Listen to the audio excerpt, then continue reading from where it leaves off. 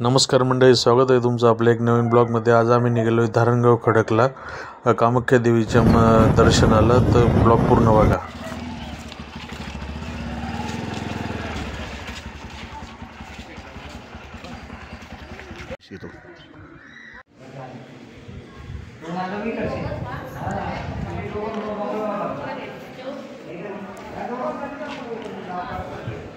अतिशय सुंदर असं मंदिर बनवलं आहे धारणगाव खडकमध्ये। भारतातील हे 2 नंबरचं मंदिर आहे। दुसरं मंदिर आहे भारतात दुसरं मंदिर आहे कामाख्या देवीचं। धारणगाव खडक इथं हे बनवलं आहे। अतिशय सुंदर असं मंदिर आहे।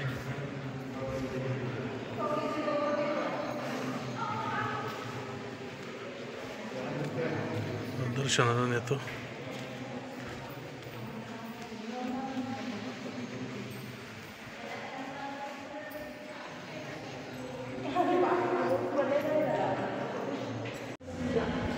इथं मच्छिंद्रनाथांची समाधी बनवली आहे त्यांनी। अजून कामाख्या देवीची स्थापना होणं बाकी आहे, ती नवरात्रीत होणार आहे। तर हे नाशिक जिल्ह्यात निफाड तालुक्यात धारणगाव खडक या ठिकाणी हे बनवण्यात आलं आहे मंदिर। भारतातील 2 नंबरचं मंदिर आहे कामाख्या देवीचं। अतिशय सुंदर असं मंदिर इथं त्या गणेश बाबांनी बनवलं आहे। कामाख्या मंदिर आसाममधील गुवाहाटी शहराच्या पश्चिमेकडे नीलाचल पर्वतावर स्थित आहे। हे मंदिर देवी सतीचे 51 शक्तिपीठांपैकी एक आहे आणि देवी योनी स्वरूपात येथे पूजली जाते। येथे तांत्रिक सिद्धीसाठी विशेष महत्त्व आहे आणि येथे अंबुबाची मेळा नावाचा वार्षिक उत्सव साजरा केला जातो, ज्यामध्ये देवीचे मासिक पाळीचा सन्मान केला जातो। हे मंदिर 51 शक्तिपीठांपैकी एक आहे, जिथे देवी सतीच्या शरीराचे विविध भाग पडले असे मानले जाते। कामाख्या मंदिरात देवीची योनी रूपात पूजा केली जाते, जी स्त्री शक्तीचे प्रतीक आहे। येथे दरवर्षी अंबुबाचा मेळा नावाचा उत्सव साजरा केला जातो, ज्यामध्ये देवीचे मासिक पाळीचा उत्सव असतो। या काळात मंदिर 3 दिवस बंद असते। कामाख्या मंदिर तांत्रिक विधींसाठी प्रसिद्ध आहे। येथे अनेक साधक आणि तांत्रिक या ठिकाणी सिद्धीसाठी येतात। मंदिर आसामची राजधानी गुवाहाटी शहराच्या पश्चिमेकडे नीलाचल पर्वतावर आहे। कामाख्या मंदिर देवी भक्तांसाठी एक महत्त्वाचे धार्मिक स्थळ आहे आणि येथे देशभरातून भाविक दर्शनासाठी येतात।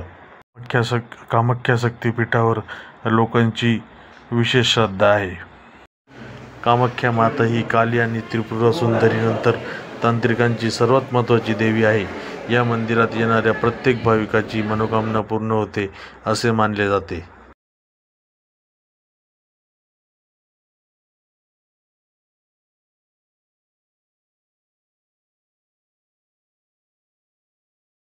तसेच हे भारतातील आपल्या इथं नाशिक जिल्ह्यात निफाड तालुक्यात हे दुसरे मंदिर झालेले आहे। तिथे गणेश बाबांनी हे मंदिर स्थापित केले आहे। इथं लोकांचे काहीही समस्या असल्या तर बाबा त्या समस्येचं निवारण करतात। तर कृपया तुम्ही नक्की या मंदिराला एकदा या, दर्शन घ्या। तुमच्या काय समस्या असतील हे गणेश बाबांपुढे मांडा, बाबा तुम्हाला नक्की याचं समाधान देतील। धन्यवाद। व्हिडिओ आवडल्यास व्हिडिओला लाईक, शेअर, सबस्क्राईब करायला विसरू नका आणि कमेंटमध्ये नक्की सांगा तुम्हाला ही माहिती कशी वाटली। धन्यवाद। त्याने विचारलंच नाही।